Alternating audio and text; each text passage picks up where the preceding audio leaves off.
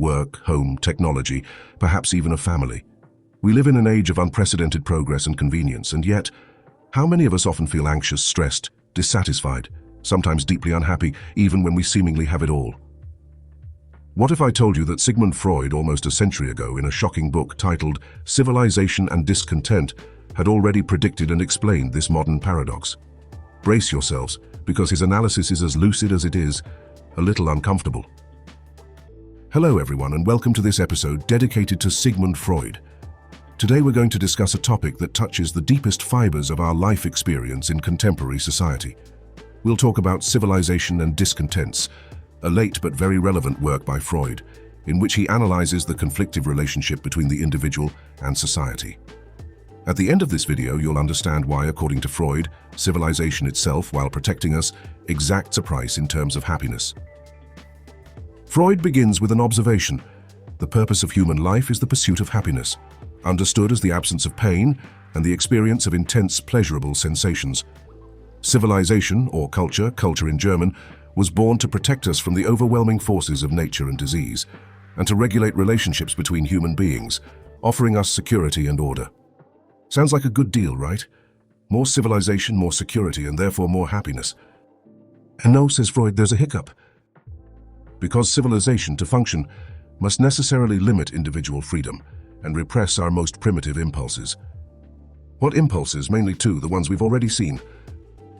Sexual impulses, eros. Civilization imposes restrictions on the free expression of sexuality, channeling it toward monogamy, procreation, and discouraging forms considered perverse or socially disruptive.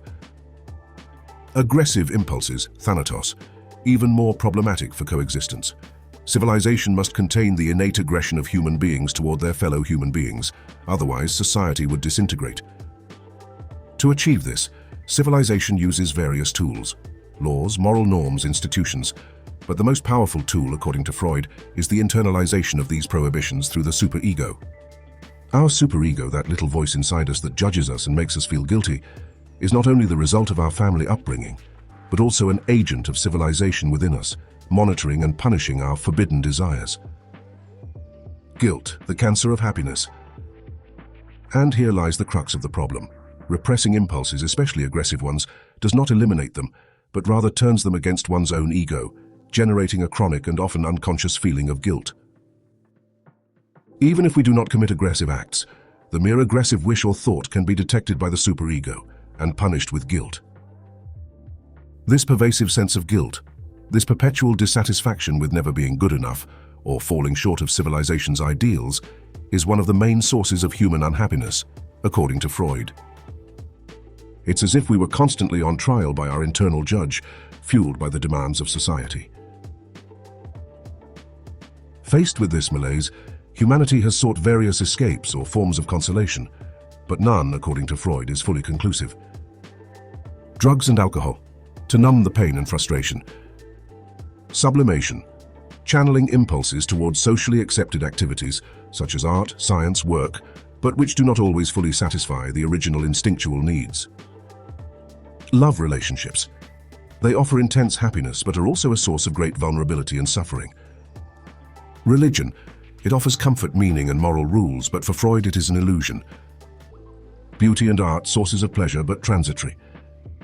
None of them, however useful, eliminates the basic conflict between the instinctive demands of the individual and the restrictions imposed by civilization. Is discomfort inevitable? The pessimistic but realistic view of cold.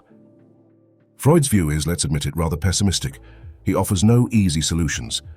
Discomfort seems to be an inevitable price we pay for the benefits of civilized life. We cannot return to a state of nature, which would still be brutal and dangerous, but neither can we expect complete and constant happiness within civilization. The goal, perhaps, is not to eliminate discomfort, but to recognize its sources, become more aware of it, and seek a bearable balance between our internal impulses and the demands of the outside world. Understanding that a certain amount of dissatisfaction is structural can, paradoxically, help us manage it better, without blaming ourselves excessively for not being always happy. Do you identify with Freud's analysis of culture's discontents? Do you feel unhappy or dissatisfied despite the progress of modern society? What do you think are the main sources of discontent today? Tell me in the comments. This topic deserves deep reflection. If this video has given you a new and inspiring perspective, a like is the best way to support the channel. And if you haven't already, subscribe and hit the bell. Thank you very much for your attention, for your comments, and for joining me on this exploration. Remember, understanding discomfort is the first step to facing it more consciously. See you next time. Bye.